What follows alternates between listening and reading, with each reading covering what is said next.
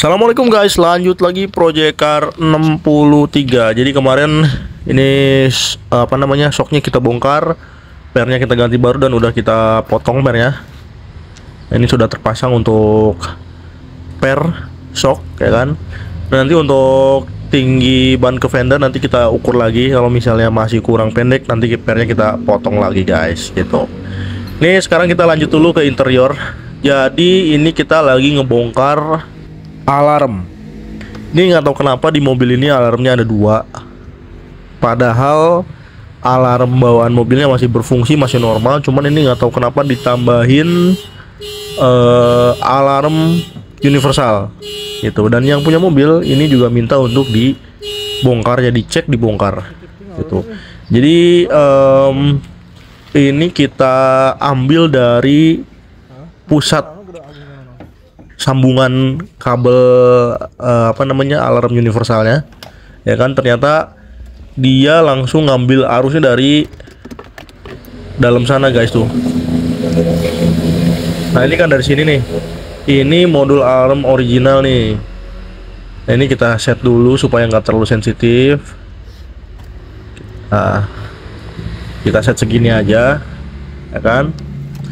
Nah itu untuk kabel-kabelannya ini udah coba kita potong, udah kita coba cari dari sumber suntikan kabel alarm universalnya.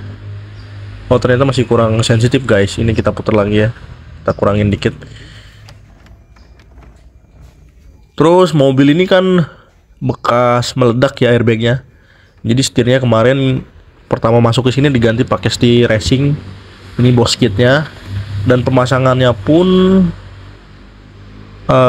ini lumayan dibikin ribet ya kan. Jadi si kabel spiralnya dicopot. Terus ini udah kita coba kembalikan lagi ke standarnya. Dan untuk kondisi kabel spiral, terutama kabel yang ke bagian airbag, dia kebakar guys. Karena mungkin ini efek dari airbag yang meledak kemarin gitu. Jadi setelah kita cek, ternyata di bagian dashboard juga sudah nggak ada airbagnya, sudah dicopot inflatornya, balonnya. Di bagian setir juga sama, sudah dicopot inflatornya guys. Terus ini juga untuk seat belt ngunci.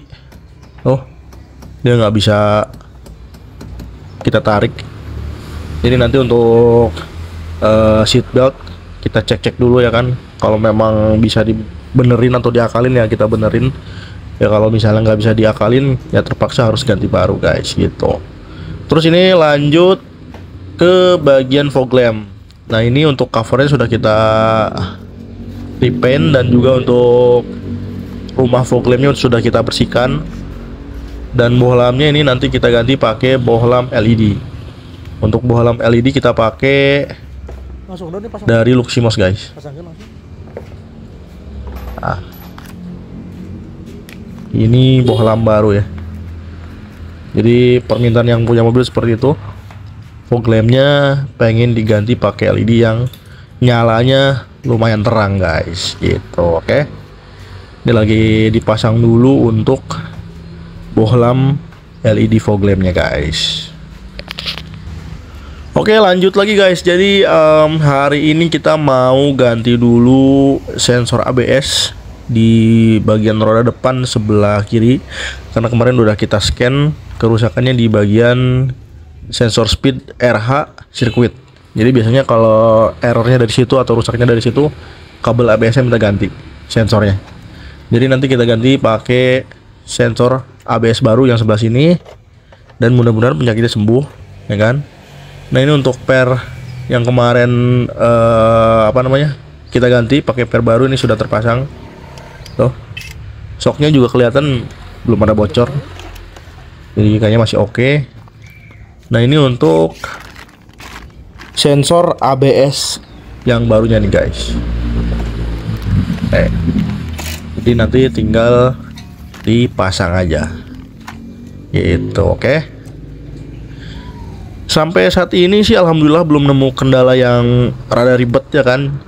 Biasanya mobil bekas nabrak, apalagi sampai airbagnya meledak, itu biasanya ada aja rembetannya. Ini alhamdulillah belum nemu kendala yang aneh-aneh guys. Oke guys, Kita nemu kendala nih.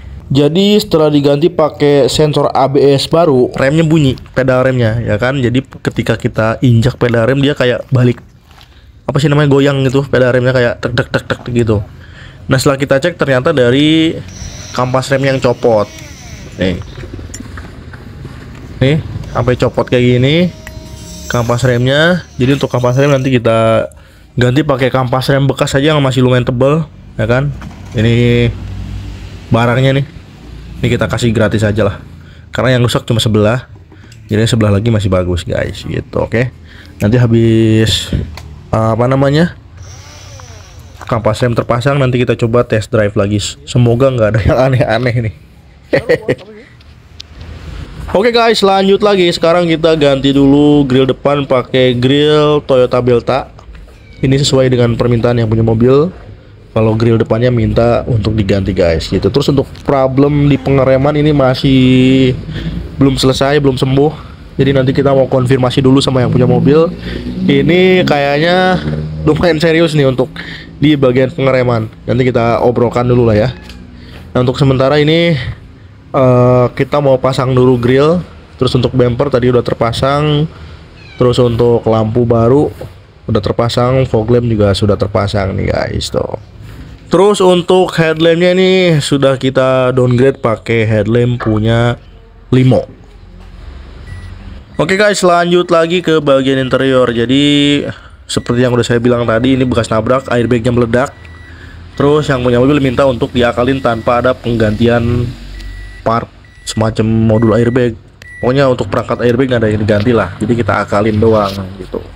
Nah ini yang pertama kelihatan ketika mobil kita bawa dari garasi yang punya mobil ke sini, dia ada lampu yang, nah seperti itu tuh, dia hidup tapi kayak kurang arus gitu di bagian sensor lampu auto leveling gitu, karena ini kan Vios G. Nah ternyata setelah kita bongkar, ternyata ini diganjel pakai selotip guys tuh.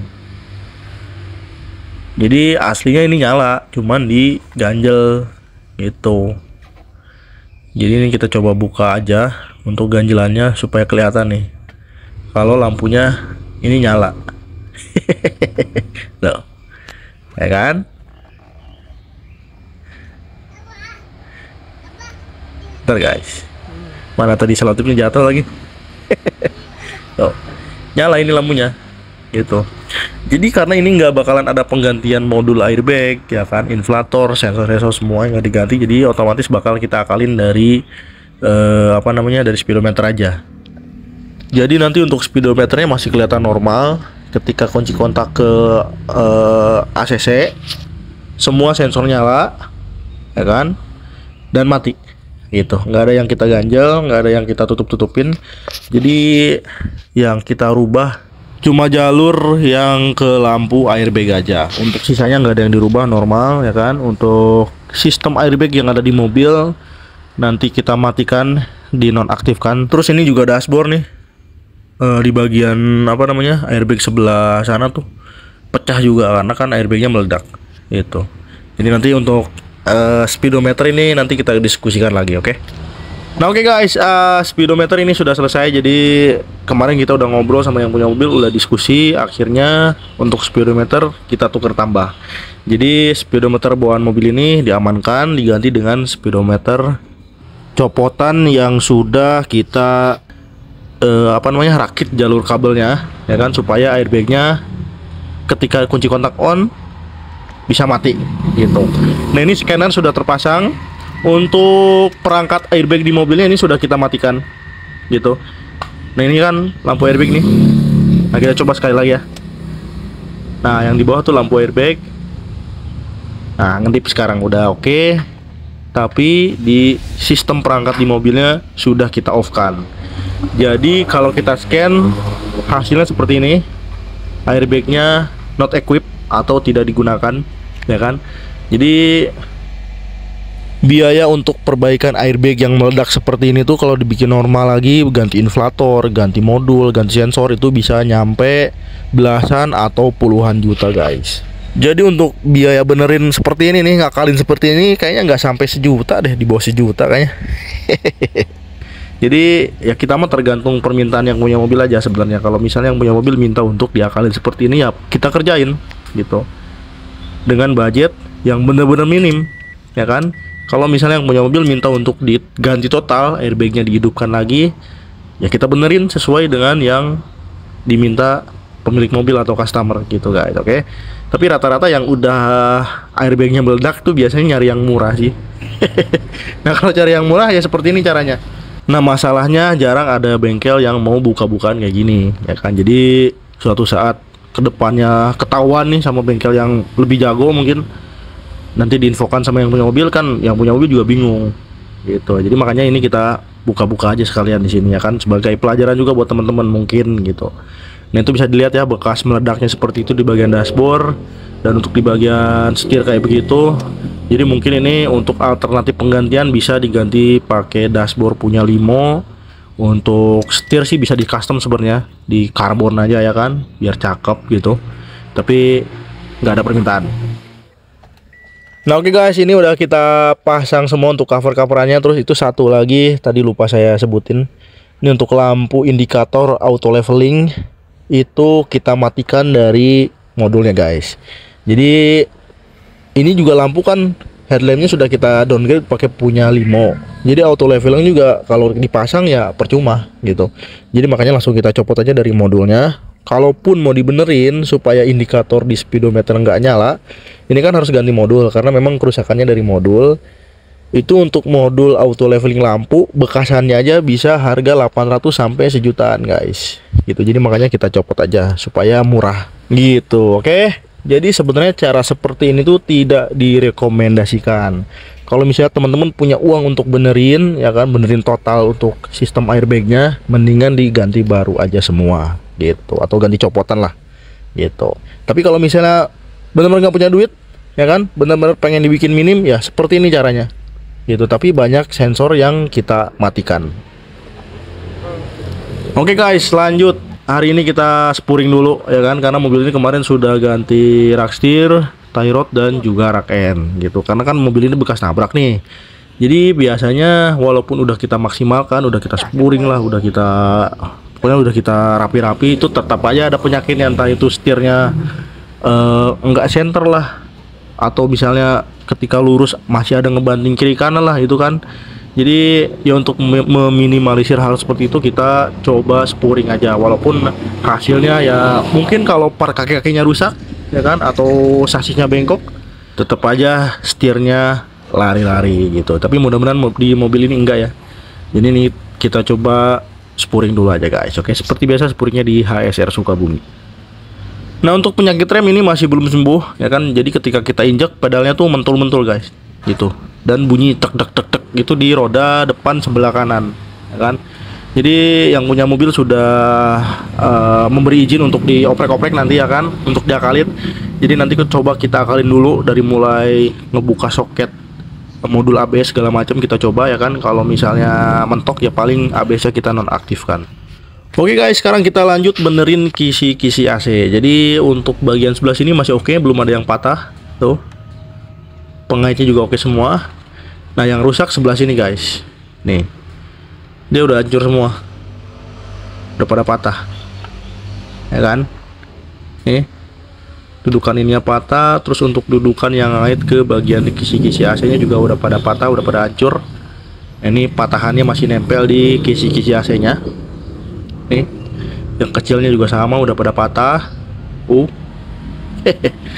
Nah nanti ini bakal kita perbaiki pakai repair kit untuk kisi-kisi AC gitu ya kan.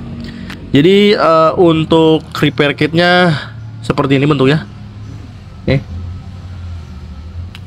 Ini kurang lebih bentuknya sama dengan original, jadi tinggal plug aja.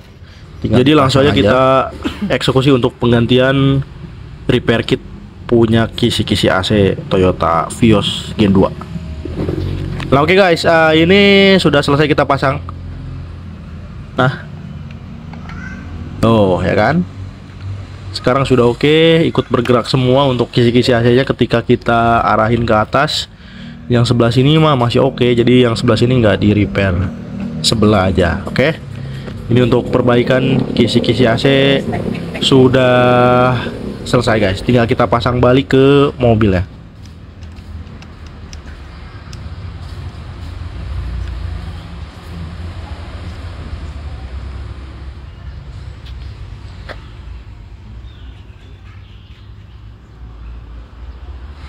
Oke guys, lanjut kita mau benerin dulu seat belt.